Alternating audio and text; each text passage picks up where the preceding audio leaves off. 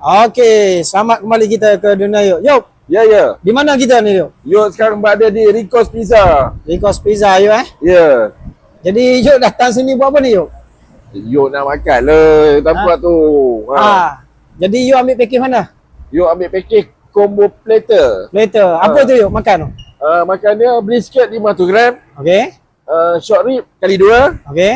Lamb grill kali 1. Okey. Chicken grill kali 1. Okey.